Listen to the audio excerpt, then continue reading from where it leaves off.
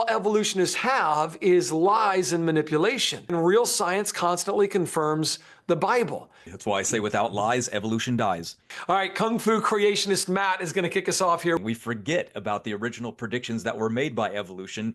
And why is there a nested hierarchical pattern? Do you know why there is? Guess what? It's a creationist prediction. It has nothing to do with evolution. The very first creator of that concept is the father of homology himself, predicted in the 1800s, Sir Patrick Owen. He coined the name dinosaur, by the way. He believed in scripture. He took the creation event and said, let's look at Genesis and the creation of animals. I noticed there's a pattern here. I'm going to basically create and make predictions based on this pattern that I'm noticing in Genesis. And that's exactly what he did.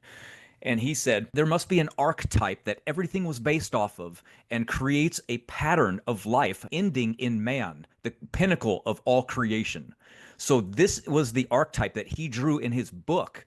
And this became known as structuralism. That's exactly what evolution took, by the way, and used. And guess what? They found his archetype in the fossil record. They found his early predictions after he died. Charles Darwin came along, and at the time, it was called similarity due to common design.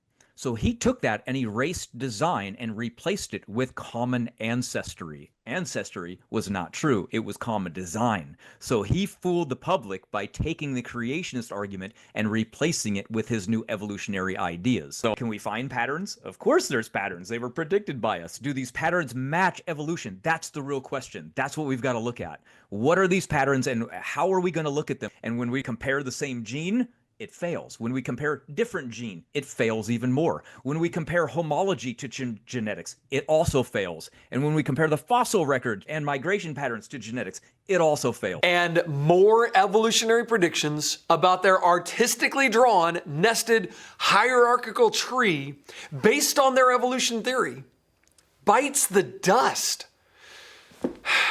Seems that when you remove the lies from the evolutionary tree, you're left with a forest. We call that creation.